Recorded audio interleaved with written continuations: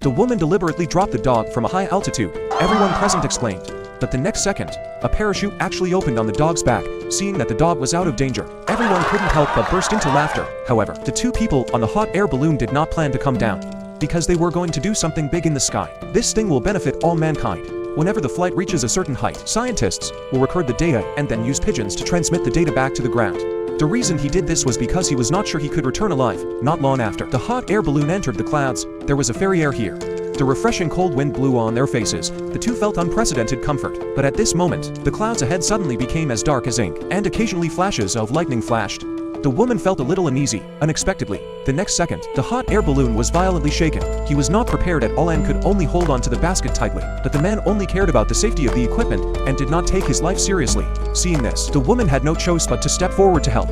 However, at this moment, a gust of wind almost blew the two out of the basket. They struggled to hold on to the rope. If they were not careful, they would be crushed to pieces. Unexpectedly, what they feared came true. The woman didn't hold on and fell directly in midair. The scientist simply fell on. He was in the basket. He ignored the pain and quickly climbed up to look for his companion. But he found the woman outside the basket.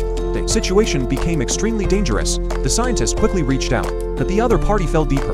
In the critical moment, the scientist quickly tied a safety rope to himself and then reached out to pull the woman up. However, it was not easy. The man used all his strength and his face became distorted. This gave the woman a chance to get back into the basket. The two of them lay on the ground, panting and greedily breathing in the fresh air.